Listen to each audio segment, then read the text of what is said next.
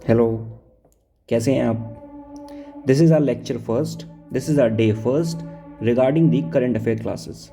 Okay, ये current affairs आपके exam purpose से बहुत ही ज़्यादा इम्पॉर्टेंट हैं। So please pay attention here and these classes will be so much of significance. ठीक, तो ये हमारा लेक्चर पहला है। पहला लेक्चर में हम बात करेंगे ग्लोबल टीबी रिपोर्ट के बारे में। What is the global TB report? Global TB report जो है वो WHO ने पब्लिश की थी 2020 में। ठीक, इस रिपोर्ट में क्या बताया गया? इन दिस रिपोर्ट ये बताया गया कि इंडिया ने एक डिक्लाइन किया हुआ है, यानी कि जो नंबर ऑफ केसेस हैं टीबी के इंडिया में 85% तक कम हो गए हैं अप्रैल 2020 में। ठीक है, India has highest TB burden in the world that accounts for 27% of the total TB cases. So India में पूरे वर्ल्ड का 27% जो टीबी का केसेस है वो है। इसके रिगार्डिंग इंडिया में भी एक रिपोर्ट जारी की गई थी, that is the India tuberculosis report which is published by the ministry of the health and family welfare. तो ministry of health and family welfare ने इंडिया टीबी रिपोर्ट को भी पब्लिश किया गया था। दूसरा जो इंपॉर्टेंट फैक्ट है from your exam point of view is that India का टीबी का टारगेट क्या है? सो इंडिया के टीबी के एलिमिनेशन का टारगेट है 2025 तक हमें टीबी को एलिमिनेट करना है। एंड WHO के टीबी के एलिमिनेशन का टारगेट कितना है? 2030। ठीक है, इंडिया के पास एक पोर्टल है that is the Nikshay portal. Nikshay portal क्या करता है? ये नेशनल टीबी इंफॉर्मेशन सिस्टम है। ठीक है, इसमें हम जो पेशेंट्स की जो इन्फॉर्मेशन है पूरी उसमें इसमें वो सारी इन्फॉर्मेशन इसमें इंक्लूडेड होगी। और दिस पोर्टल इज़ रिगार्डिंग कि उनको क्या क्या प्रॉब्लम्स हैं, उनको प्रॉपर उनकी पेशेंट्स की मॉनिटरिंग हो सके, इसके लिए हमने निक्षय पोर्टल लॉन्च किया है। अब अगर बात करें कि what are the causes of the TB, या फिर हम अभी तक टीबी को पूरी तरह से एलिमिनेट क्यों नहीं कर पाए हैं, what is the reason actually? देखिए, टीबी के पूरी तरह से एलिमिनेट ना होने का कारण दो चीज़ें हैं। अभी तक हम सिर्फ फोकस कर रहे थे सिम्टम्स पे। ठीक है, सिम्टम्स, जो भी टीबी के सिम्टम्स हैं हम उन पर फोकस कर रहे थे and we are providing the drug for the same. TB के सिम्टम्स में फोकस करना और ड्रग को देना, तो ये मेन प्रॉब्लम है। हम अभी तक कॉजेस पर फोकस नहीं कर रहे थे, we are just focusing on the symptoms. हम सिर्फ सिम्टम्स पे फोकस कर रहे थे, कॉज पे फोकस नहीं कर रहे थे। सिम्टम्स में फोकस करके हम उस पेशेंट्स को ड्रग प्रोवाइड कर रहे थे, बट कॉज पे फोकस नहीं कर रहे थे, और कॉज पे फोकस करना is more important. And what are the causes of the TB? The causes of the TB is the poor nutrition, poor hygiene, poor living standard, and not clean drinking water. So these are the causes of the TB. So अगर हमें India से TB को पूरी तरह से eliminate करना है, so we have to switch our concern from the symptoms orientation towards the cause orientation. हमें कॉज पे ध्यान देना पड़ेगा और उन कॉजेज़ को क्या करना पड़ेगा? एलिमिनेट करना पड़ेगा, रिमूव करना पड़ेगा, सो दैट इंडिया से टीबी का पूरी तरह से उन्मूलन, दैट इज इरेडिकेशन हो सके। ओके, नेक्स्ट मूव करते हैं। यहाँ पर हम बात करेंगे निक्षय पोर्टल अभियान की, दैट इज़ दी NPA। देखिए, NPA का मतलब क्या होता है? NPA का मतलब एक नॉन परफॉर्मिंग एसेट्स भी होता है, जिसके लिए बैड बैंक का फॉर्मेशन किया गया था, आपको पता होगा। पर यहाँ पर NPA का मतलब है निक्षय पोर्टल अभियान, दैट इज़ दी NPA। इसका मतलब क्या है? इस पोर्टल में हम लोग क्या करेंगे? इस पोर्टल में जो भी टीबी पेशेंट्स हैं उन्हें हम लोग 500 रुपये देंगे। कितने रुपए? 500 रुपये, ताकि वो अपनी जो न्यूट्रिशनल रिक्वायरमेंट है उसको पूरा कर सकें। अभी हमने देखा कि टीबी के जो कॉजेज़ हैं उनमें मेन क्या है कि उनके पास पुअर न्यूट्रिशन है, तो उस पुअर न्यूट्रिशन को दूर करने के लिए हमें उनको न्यूट्रिशन देना पड़ेगा और उसके लिए हम उनको 500 रुपये देंगे। ठीक है, यानी कि malnutrition is the cause of TB also. ठीक है, उसके बाद आपको ये पता होना चाहिए कि टीबी के ट्रीटमेंट के लिए दो न्यू ड्रग हैं जो एग्जाम पॉइंट ऑफ व्यू से इंपॉर्टेंट है। पहला है प्रोटोमोनाइड और दूसरा है बेडाक्विलरी। तो ये जो दो न्यू ड्रग हैं मार्केट में, these are important for the TB treatment. Apart from that, TB के ट्रीटमेंट के लिए हमारे पास एक टेक्नोलॉजी है, that is the gene expert technology for the rapid diagnosis of the TB. Okay, और आपको पता ही होगा एक डॉट्स का जो कि बहुत पुराना ट्रीटमेंट प्रोग्राम है जो कि इंडिया ने चलाया था for the eradication of the TB, direct observe treatment and short course. ये भी क्या है, ये एक स्टैंडर्ड ट्रीटमेंट रिजीम है, काफ़ी टाइम से चल रहा है, जिसने बहुत हेल्प की है हमें टीबी से इरेडिकेशन दिलाने के लिए। ठीक, नेक्स्ट आगे बात करें एड्स की बात। देखिए अभी हम लोग नए साल में एंटर कर चुके हैं and we have witnessed the 1 December, जो कि एड्स डे होता है, world's ads day.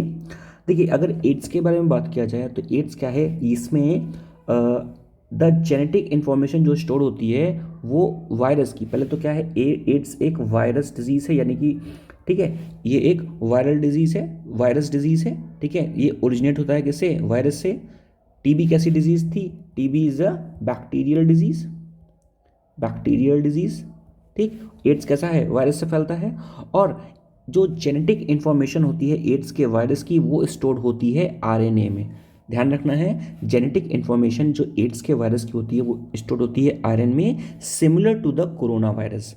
Corona virus में भी क्या होती है, उसका जो जेनेटिक मटेरियल है वो आरएनए में स्टोर होता है। देखिए जो जेनेटिक मटेरियल है किसी भी डिजीज़ का, वो दो तरह से स्टोर हो सकता है। जैसे या तो वो डीएनए में स्टोर होगा, या तो वो डीएनए में स्टोर होगा, या तो फिर वो आरएनए में स्टोर होगा। एड्स के केस में, एड्स और कोरोना, एड्स के केस में और कोरोना के केस में जो इनका जो वायरस है वो आरएनए में स्टोर होता है। ये इस आपके एग्जाम पॉइंट ऑफ व्यू से भी इंपॉर्टेंट है। ठीक, अब हम बात करें कि 2021 का थीम क्या था। 2021 का थीम था global solidarity resilient HIV services, और 2022 का थीम क्या है, इक्वलाइज। ठीक है, इसके लिए हमारे पास एक मिशन भी है, दैट इज़ द मिशन संपर्क, जो कि एग्जाम पॉइंट ऑफ व्यू से इंपॉर्टेंट है। 2017 में इसको लॉन्च किया गया था, और ये क्या कर रहा है कि bring back the people living with HIV. ठीक है, तो हमें क्या करना है कि उन लोगों को फिर से एचआईवी के ट्रीटमेंट में लेके आना है जो ट्रीटमेंट को आधा छोड़कर चले गए थे। और ट्रीटमेंट की थेरेपी क्या रहेगी, anti retroviral viral treatment, anti retro viral treatment, that is the ART. This is the therapy for the treatment of the HIV, that is the AIDS. HIV is the name of the virus. ठीक है, human immuno virus. HIV के case में क्या होता है, basically ads के case में क्या होता है कि जो आपकी बॉडी का इम्यून सिस्टम है वो टोटली डिस्ट्रॉय हो जाता है। फिर एक और हमारे पास प्रोजेक्ट है, that is the project sunrise, जिसको 2016 में लॉन्च किया गया था। और ये क्या करेगा, जो नॉर्थ ईस्टर्न स्टेट्स हैं वहाँ पर जो एचआईवी के केसेस की जो राइज हो रहा है उसको टैकल करेगा। Then we have the national AIDS control programme. ठीक है, और इस प्रोग्राम को लॉन्च किया गया था 1992 में by the national AIDS control organization, national AIDS control organization से, which is a comprehensive programme. ये कॉम्प्रिहेंसिव प्रोग्राम है एचआईवी के टैकलिंग के लिए इंडिया में। अगर इंडिया में नंबर ऑफ केसेस की बात की जाए एचआईवी की, तो 0.26% इंडिया में जो केसेस हैं वो एचआईवी के रिगार्डिंग हैं, यानी कि इतना हमारे पास अभी करंट टाइम पे केसेस, एक्टिव केसेस हैं हमारे पास। We are witnessing this much of cases. ठीक है, इस डेटा को आप अपने मेंस में भी यूज़ कर सकते हैं। Decreasing over the years through the increase awareness, जो धीरे धीरे जैसे अवेयरनेस बढ़ रही है वैसे वैसे जो केसेस, नंबर ऑफ केसेस हैं वो धीरे धीरे कम हो रहे हैं। ठीक है, जैसे हेपेटाइटिस बी की बात करें तो हेपेटाइटिस बी भी एचआईवी की तरह क्या है, hepatitis B transmit similar to the HIV, while the hepatitis A transmit to the food and water. तो अगर दो डिजीज़ के नाम बात करें, एक हेपेटाइटिस बी है, एक हेपेटाइटिस ए है। सो हेपेटाइटिस ए ट्रांसमिट कैसी होती है, फूड एंड वाटर से, जस्ट लाइक कॉरला। ठीक है, और उसके बाद जो आपकी जो हेपेटाइटिस बी है वो ट्रांसमिट कैसे होती है, एचआईवी से। एचआईवी कैसे ट्रांसमिट होता है, एचआईवी ट्रांसमिट होता है जैसे आप सेक्सुअल इंटरकोर्स कर रहे हैं किसी के साथ, ठीक है, विद एचआईवी पेशेंट, और you are using some sort of needles. ठीक है, आप कुछ इंजेक्शंस का यूज़ कर रहे हैं, ठीक है, इंजेक्शंस का यूज़ कर रहे हैं जिसको एक एचआईवी पेशेंट ने यूज़ किया हुआ है।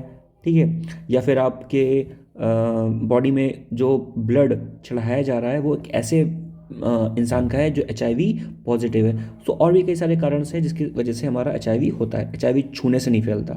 So keep remember this thing. फिर हम बात करें आगे red ribbon mission. Red ribbon mission ये किसके लिए है, रेड रिबन मिशन है ये अवेयरनेस फैलाने के लिए, support the people living with HIV. देखिए जब कोई आदमी एचआईवी से ग्रसित है या प्रॉब्लम में है तो उसको सपोर्ट करने के लिए वी कुड हमें उसको एक सिंपैथी या एम्पैथी देनी चाहिए ताकि वो उस डिमेंशिया से बाहर आ सके। ठीक है, and under the SDG, that is the sustainable development goal, India ने एम्ड किया है कंट्रोल और एलिमिनेट करने को एड्स को 2030 तक।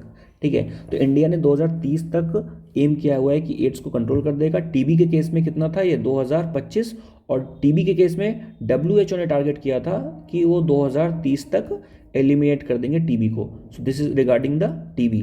पर एड्स के रिगार्डिंग में इंडिया ने कितना किया है 2030। और यूएन एड्स प्रोग्राम के अंतर्गत ने यूएन ने टारगेट किया था कि 90-90-90 प्रोग्राम फॉर 2020। ये बड़ा इंपॉर्टेंट है। 90-90-90 प्रोग्राम क्या है, ये यूएन का एड्स प्रोग्राम के अंतर्गत आता है। इसमें क्या है कि पहले 90 का मतलब है कि जो 90% लोग हैं जो HIV के साथ रह रहे हैं उनको अवेयर कराना ऑफ देयर स्टेटस कि आपको HIV है, ठीक है, आप इसको माने और आप इसके ट्रीटमेंट के लिए अवेयर हो जाए।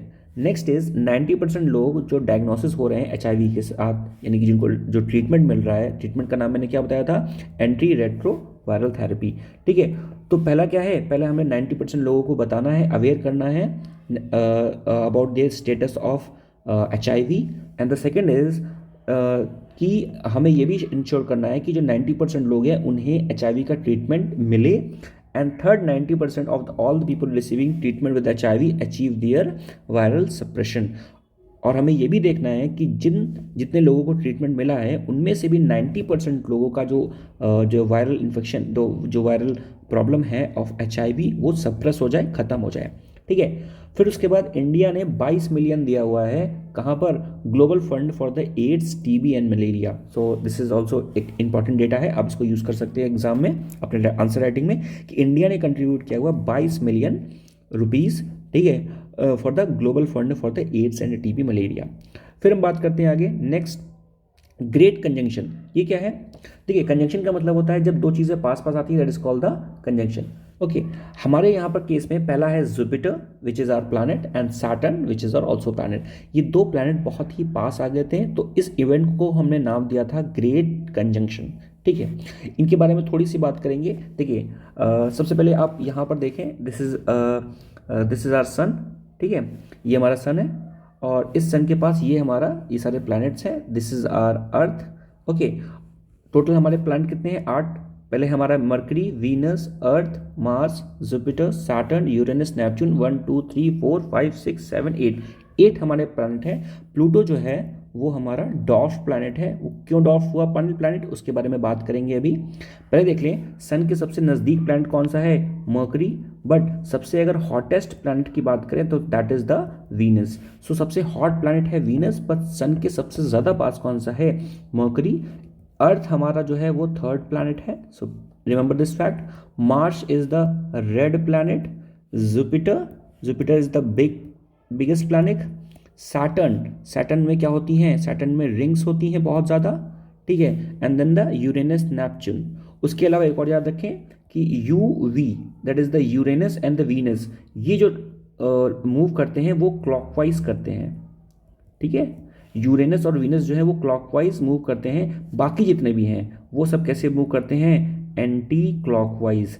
यानी कि जो हमारा अर्थ है वो भी कैसा मूव करता है, एंटी क्लॉकवाइज। और सिर्फ यूरेनस और वीनस जो है वो क्लॉकवाइज मूव करते हैं। और अर्थ को हम लोग क्या कहते हैं, अर्थ को हम लोग ब्लू प्लैनेट भी कहते हैं। क्यों, क्योंकि यहाँ पर इतना वाटर है, तो बिकॉज ऑफ 1/4% ऑफ वाटर, यानी कि 70% जो हमारा है पानी है अर्थ में, and because of that it appears blue.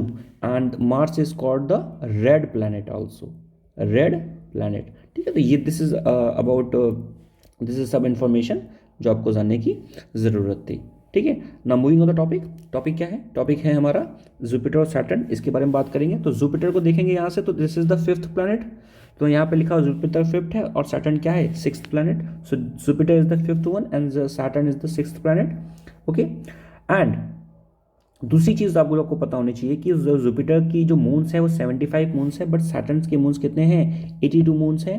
And apart from that ये भी देखना है आपको कि जो जुपिटर का जो बिगेस्ट मून है वो क्या है, टाइटन, ठीक है। मून क्या होता है, moon is a natural satellite. Moon क्या है हमारी, मून का मतलब होता है नेचुरल सैटेलाइट, ठीक है। नेचुरल सैटेलाइट का मतलब क्या होता है, जो भी चीज़, जैसे ये हमारा अर्थ है, तो अर्थ के चारों ओर अगर एक सैटेलाइट मूव कर रही है, ठीक है, किसी एक डायरेक्शन में, तो ये नेचुरली मूव कर रही है, so that is called the natural satellite. क्योंकि जो अर्थ है, देखिए सन ये है, सन के चारों ओर अर्थ घूम रहा है, और अर्थ के चारों ओर ये हमारा मून घूम रहा है, दिस इज, ये हमारा अर्थ का मून है, ठीक है।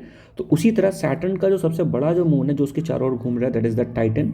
उसके बाद जो जुपिटर पे जो मिशन भेजा गया है उस मिशन का नाम है जूनो मिशन, और जो सैटर्न पे जो मिशन भेजा गया है उसका नाम है कैसिनी, ठीक है। तो ये आपको पता होना चाहिए कि सैटर्न के स्पेस मिशन का नाम क्या है, कैसिनी, और जुपिटर के स्पेस मिशन का नाम क्या है, जूनो। अब हम बात करते हैं mission to the Venus. Venus, देखिए वीनस को ही हिंदी में क्या कहते हैं, शुक्र। वीनस को हिंदी में क्या कहते हैं, शुक्र। वीनस कहाँ हमने देखा, वीनस हमने ये देखा Venus, this is our Venus, okay. So Venus को हिंदी में क्या कहते हैं, शुक्र। इसरो ने यहाँ पर एक मिशन लॉन्च किया, दैट इज द शुक्रयान। तो शुक्रयान हमारा जो मिशन है वो किसके लिए है, वीनस के लिए है। ये 2024 या 2026 तक जाएगा, ठीक है। और उसके बाद इसको लॉन्च कैसे किया जाएगा, इसको लॉन्च किया जाएगा GSLV Mark 3 से, ठीक है। ये क्या करेगा, स्टडी करेगा एटमॉस्फेयर ऑफ द वीनस। अभी मैंने आपको बताया कि जो रिंग्स हैं वो सैटर्न की हैं, सैटर्न की सबसे ज़्यादा रिंग हैं, लेकिन सैटर्न की रिंग्स के अलावा और कौन कौन से प्लैनेट जिनके पास रिंग्स हैं, तो हमें एक एक्रोनिम याद रखना है, that is the sun, SUN, sun. Sun का मतलब सैटर्न, यूरेनस और नेपच्यून। ये 3 प्लैनेट ऐसे हैं जो जिनके पास क्या है, प्लैनेट्स विद रिंग, जिनके पास रिंग्स हैं। और मैंने बताया आपका U और V, that is the Uranus और द वीनस, ये 2 प्लैनेट ऐसे हैं जो क्लॉकवाइज मूव करते हैं। So please remember these things, ये 2 प्लैनेट ऐसे हैं जो क्लॉकवाइज मूवमेंट करेंगे, ठीक है। आगे देखें, अब मैं बात करता हूँ प्लूटो के बारे में। प्लूटो के बारे में मैंने बताया कि Pluto is a dwarf planet. ये क्या है, dwarf planet.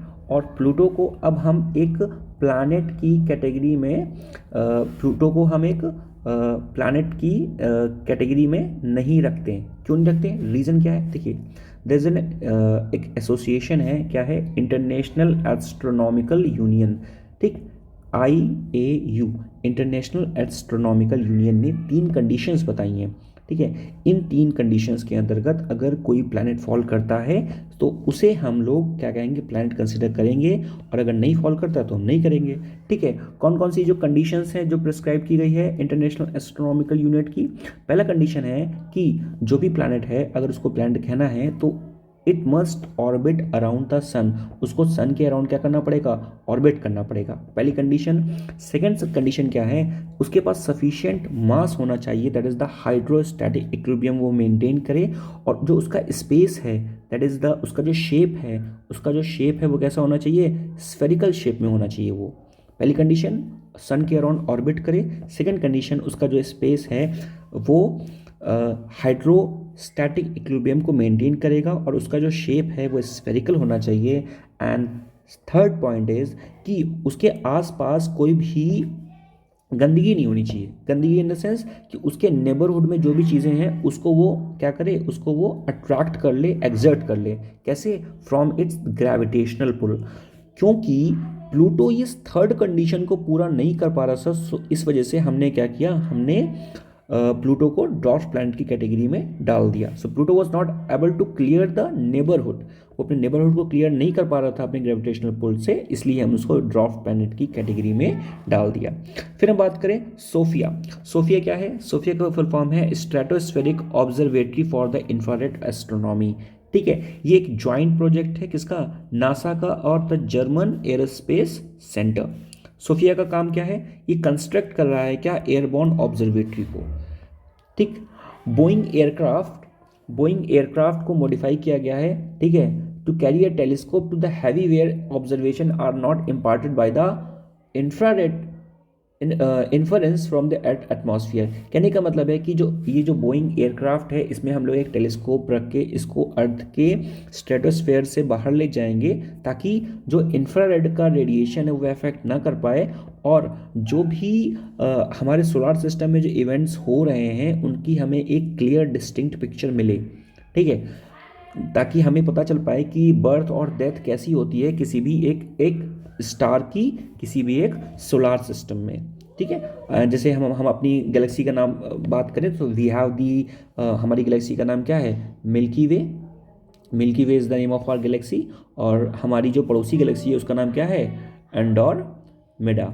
So Andromeda is the name of the galaxy of our neighbours galaxy, या जो हमारे आसपास सेकेंड वाली जो गैलेक्सी है, ठीक है।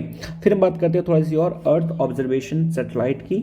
ये क्या है? EOS, ठीक है। EOS is the so earth observation satellite. Earth observation satellite क्या है? देखिए, इसरो ने रिसेंटली हमारे अर्थ ऑब्जर्वेशन सैटेलाइट लॉन्च किया है। किसके लिए हमने लॉन्च किया है? कैसे लॉन्च किया पहले ये समझते हैं। PSLV C49 से। PSLV का मतलब क्या होता है? पोलर सैटेलाइट लॉन्च व्हीकल, ठीक है। और ये करेगा क्या? इसकी एप्लीकेशन क्या है, इसके यूजेस क्या हैं? हमने अर्थ ऑब्जर्वेशन सैटेलाइट को लॉन्च किया है किसके लिए? एग्रीकल्चर पर्पस से, फॉरेस्ट्री पर्पस से और डिजास्टर मैनेजमेंट के पर्पस से, ठीक है। तो ये पर्पस था हमारे अर्थ ऑब्जर्वेशन सैटेलाइट को लॉन्च करने का, ओके। और ये जो सैटेलाइट है ये काम करेगा रेडियो इमेजिंग सैटेलाइट के थ्रू, और इसको हम लोग प्लेस करेंगे कहाँ पर? पोलर ऑर्बिट पे, ठीक है। आपको देखिए ये बात ध्यान रखना है कि जो भी जितनी भी ऑब्जर्वेटरी सैटेलाइट्स होती हैं, यानी और जो इमेजिंग सैटेलाइट्स होती हैं, उनको हम लोग मोस्टली पोलर ऑर्बिट में प्लेस करते हैं। और जितनी भी कम्युनिकेशन सैटेलाइट्स होती हैं उनको हम लोग जियो स्टेशनरी या जियो सिंक्रोनस ऑर्बिट में प्लेस करते हैं। ध्यान दीजिएगा, ऑब्जर्वेशनल या फिर इमेजिंग की जो सैटेलाइट्स हैं उनको हम लोग प्लेस करते हैं कहाँ पर? पोलर ऑर्बिट में। और जो कम्युनिकेशन सैटेलाइट्स होती हैं उन्हें हम लोग जियो स्टेशनरी या जियो सिंक्रोनस ऑर्बिट में प्लेस करते हैं। फिर बात करते हैं CMS-01 इस मिशन के बारे में। ये लॉन्च कब हुआ था? ये जो मिशन है वो लॉन्च हुआ था, ये जो मिशन है इसको लॉन्च किया गया था किसके लिए? कम्युनिकेशन सैटेलाइट के लिए, यानी कि GMS-01 is also communication satellites. इसको लॉन्च किया गया था थ्रू द PSLV C15, ठीक है। And this is our the 42nd communication satellites थी। ये करेगी क्या? ये जो मेनलैंड इंडिया, अंडमान और निकोबार और लक्षद्वीप, इन आइलैंड का होलिस्टिकली कवरेज करेगी और इनकी डिटेलिंग प्रोवाइड करेगी, ठीक है।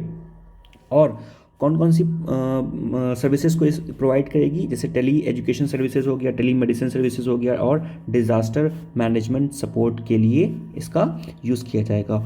और इसको कहाँ प्लेस किया जाएगा? जियो सिंक्रोनस ट्रांसफर ऑर्बिट में, ठीक है। फिर आगे बात करें जियो सिंक्रोनस ऑर्बिट। जियो सिंक्रोनस ऑर्बिट और जियो स्टेशनरी ऑर्बिट के बीच का डिफरेंस क्या है, इसको समझेंगे। देखिए, जियो सिंक्रोनस ऑर्बिट का मतलब क्या होता है कि हम लोग क्या कर रहे हैं कि Earth centred orbital period that matches the rotation of the Earth, ठीक है। देखिए, एक दो टर्म होते हैं, सबसे पहले समझना पड़ेगा। एक होता है रोटेशन, एक होता है रेवोल्यूशन। रोटेशन का मतलब होता है कि अर्थ अपने चारों ओर, अपनी एक्सेस के चारों ओर घूम रहा है, दैट इज द रोटेशन, जिससे दिन रात होते हैं। और एक होता है रेवोल्यूशन। रेवोल्यूशन का मतलब वो सन के सराउंड में घूम रहा है, ठीक है। तो जियो सिंक्रोनस, सिंक्रोनस का मतलब कहीं पर भी सिन लग जाए, सिन का मतलब होता है सेम, ठीक है। सिन का मतलब क्या होता है? सेम, यानी कि जो ये ऑर्बिट है, ठीक है, आप जो सैटेलाइट लॉन्च कर रहे हो उस सैटेलाइट का जो टाइम पीरियड होगा वो अर्थ के टाइम पीरियड के बराबर होगा। That is the time taken by the satellite revolves around the earth is equal to the 24 hour, ठीक है। And one of the special type of the geosynchronous orbit is the Jio stationery orbit, यानी कि जियो synchronous orbit का एक specific type है जियो stationery orbit, ठीक है। जियो stationery orbit में क्या होगा? जियो स्टेशनरी ऑर्बिट में जो सैटेलाइट होगी वो क्या होगी? वो स्टेशनरी रहेगी, यानी कि स्टैटिक रहेगी, रुकी रहेगी अपनी प्लेस में। और जियो सिंक्रोनस का मतलब क्या हुआ कि वो मूव कर रही है with the speed of 24 hour, within the time span of 24 hour, which is equal to the time covered by the earth in a day. Geostationary का मतलब क्या हो गया? जियो स्टेशनरी का मतलब क्या हो गया? जियो स्टेशनरी का मतलब है कि जो सैटेलाइट को प्लेस कर दिया गया है इक्वेटर पर, ठीक है, और वो रोटेट कर रही है कैसी? West to east, similar to the Earth. Earth कैसे रोटेट करता है? अर्थ रोटेट करता है that is the west to east, ऐसे करके रोटेट करता है। क्योंकि मैंने भी बताया कि जो जितने भी प्लैनेट हैं ये एंटी क्लॉकवाइज हो गया, जितने भी प्लैनेट हैं वो एंटी क्लॉकवाइज रोटेट करते हैं apart from the except the UV, that is the Uranus और Venus. Uranus and Venus rotate the clockwise direction. फिर हम बात करेंगे what is the difference between the PSLV and GSLV, ठीक है। PSLV फुल फॉर्म मैंने बताया था, पोलर सैटेलाइट लॉन्च व्हीकल, और GSLV इसका है geo synchronous satellite launch vehicle. मैंने बताया जितनी भी जो कम्युनिकेशन सैटेलाइट्स होती हैं मोस्टली हम लोग उसको स्टेशनरी उनको हम जियोसिंक्रोनस ऑर्बिट में भेजते हैं, और पोलर सैटेलाइट जो भी इमेजिनिंग सैटेलाइट्स होती हैं उनको हम लोग पोलर ऑर्बिट में भेजते हैं। ठीक है, इसको यूज़ करते हैं किसके लिए? हैवीली लॉन्च्ड सैटेलाइट को पोलर ऑर्बिट में पहुंचाने के लिए, और light weight satellite into the geosynchronous, और इसका इस्तेमाल करते हैं heavy satellites into the polar geosynchronous और the Jio stationery orbit and the light weight satellite. ठीक है, उसके बाद जो सबसे इंपॉर्टेंट चीज़ है वो ये है कि जो PSLV, ठीक है, PSLV और GSLV में बात करें, सो PSLV और GSLV, PSLV और GSLV में बात करें, स्टेजेस के बारे में बात करें तो PSLV की 4 स्टेजेस होती हैं, that is solid, liquid, solid और लिक्विड। पर GSLV स्टेज की बात करें तो it is solid, liquid and cryogenic. Cryo का मतलब क्या होता है? कहीं पर भी वर्ड क्रायो आ जाए तो क्रायो का मतलब होता है लो टेम्परेचर। ठीक है, यहाँ पर जो फ्यूल होता है वो बहुत ही ज़्यादा लो टेम्परेचर पे स्टोर्ड होता है। ठीक है, और जैसे उसे हीट मिलती है it ignites. Types of the satellite, कौन कौन सी सैटेलाइट्स होती हैं? मैंने अभी 2 सैटेलाइट्स के बारे में बात किया आपसे। पहला आपसे बात किया कम्युनिकेशन सैटेलाइट्स, दूसरा बात किया इमेजिनिंग पर्पस के जो सैटेलाइट्स आ रहे हैं, डिजास्टर मैनेजमेंट के लिए सैटेलाइट का यूज़ करते हैं, कहाँ पर भी कोई साइक्लोन होने वाला है या, ठीक है। फिर उसके बाद साइंटिफिक एक्सपेडिशंस के लिए भी, एक्सपेरिमेंट के लिए भी सैटेलाइट का यूज़ करते हैं, एंड द नेविगेशन पर्पस के लिए भी सैटेलाइट करते हैं। जैसे अगर यूएस की बात करें तो यूएस का नेविगेशन पर्पस के लिए जो सैटेलाइट है और जिसकी हेल्प वो लेते हैं जीपीएस में, that is the global positioning system. हमारे पास, इंडिया के पास इसके लिए इसका सब्सटीट्यूएंट क्या है? NavIC. NavIC is our substituent regarding the GPS. अगर आपको यानी कि जो नाविक है वो इंडिया का एक तरह से क्या है? इंडिया का वो जीपीएस है। ठीक है, फिर types of the launch vehicle मैंने बात किया, PSLV, GSLV Mark 3, sounding rockets. ठीक है, and then the SSLV is the small satellite launch vehicle. ये जो व्हीकल्स हैं वो 500 kg तक के जो सैटेलाइट के पेलोड है उसको कैरी कर सकते हैं 500 किलोमीटर अबव अर्थ। ठीक है, तो यानी कि जो स्मॉल सैटेलाइट लॉन्च व्हीकल है वो 500 kg का जो इनकी जो है वो अब इनकी पेलोड कैरिंग कैपेसिटी है इनकी 500 kg की, और जो उनकी जो डिस्टेंस लिमिट है वो 500 किलोमीटर अबव द अर्थ। ठीक है, फिर हम आगे बात करें फ्यूल कौन कौन से यूज़ करते हैं हम लोग PSLV में, that is the polar satellite launch vehicle. First one is the mono और द डाईमेथिल हाइड्रोजन, दूसरा है oxides of the nitrogens use as the oxidizing agent, and third is the hydroxyl, that is the terminated polybutadiene, and the fourth one is the ISRO is trying to develop the new nuclear fuel। कुछ नए nuclear fuel की भी formation की बातें हो रही हैं। ठीक है, कौन कौन से न्यू फ्यूल्स हैं? पहला है कि hydrogen peroxide, that is the your H2O2, you must have heard about it, and second is the liquid oxygen methane, that is the locks methane. तो ये भी ये न्यू फ्यूल है जिसका डेवलपमेंट की बात हो रही है। So we can use these fuels in the PSLV। फिर इसके बाद बात करें कि जो रॉकेट्स में हम लोग इंजन यूज़ करते हैं तो कौन कौन से इंजन यूज़ करते हैं। सो जो इंजन यूज़ कर रहे हैं तो वो बेसिकली इसरो डेवलप कर रहा है कुछ नए इंजन्स को। ठीक है, और उसमें से जो 2 नए इंजन्स हैं वो पहला है आपका रामजेट और दूसरा है स्क्रैमजेट। ठीक है, इन इंजन्स के बारे में बात करेंगे। पहला जो रामजेट इंजन है ये क्या है कि ये एयर ब्रीथिंग इंजन है। ठीक है, विदाउट एयर कंप्रेशन, इसमें एयर कंप्रेशन की ज़रूरत नहीं पड़ती है, बट ये क्या है, ये एयर लेता है कहाँ से? एटमॉस्फेयर से, और इसमें एयर कंप्रेशन भी होता है, यानी कि एयर कंप्रेशर लगा होता है। ठीक है, जो रामजेट है इसमें एयर कंप्रेशन नहीं होता है, इसमें लगा होता है। क्योंकि स्क्रैमजेट में एयर कंप्रेशन लगा है तो ये क्या करता है, ये और ज़्यादा इफिशियंटली काम करता है in compare to the ramjet. ठीक, उसके बाद अगर स्पीड की बात करें तो ये सुपरसोनिक स्पीड में काम करता है। इसकी जो स्पीड है वो 3 मैक के आसपास है। देखिए 1 मैक का मतलब क्या होता है? मैक का मतलब होता है the speed of sound. Mach का मतलब होता है द स्पीड ऑफ साउंड। ठीक है, सो ये 3 मैक के अराउंड काम कर रहा है, तो means it is working 3 times the speed of the sound. ठीक है, और ये क्या है, अगर इसकी बात करें तो ये 5 मैक पर काम करता है, that is the 5 times the speed of the sound. ठीक है। These ramjet and the scramjets have potential to replace the existing engine. ये जो एग्जिस्टिंग इंजन अभी यूज़ कर रहे हैं इसको ये हटा सकते हैं, रामजेट और स्क्रैमजेट। कौन? विकास इंजन को हमने यूज़ किया था second stage of the PSLV which carries both the fuel and the oxidizer. अब अगर बात करें तो ये एक फोटो मैंने लगाई है यहाँ पर, तो यहाँ पे आप देख सकते हैं this is the scramjet engine, this is the ramjet engine and this is the turbo engine. ठीक है, जिसको हम लोग टर्बो इंजन का यूज़ करते हैं हम लोग एयरप्लेन्स में। ठीक है, फिर हम बात करेंगे ठीक है, तो आज के लिए इतना ही है। नेक्स्ट वीडियो में हम लोग बात करेंगे the structure of the administration of the space. So till then take care, thank you and like share the video if you have enjoyed the session. Thank you.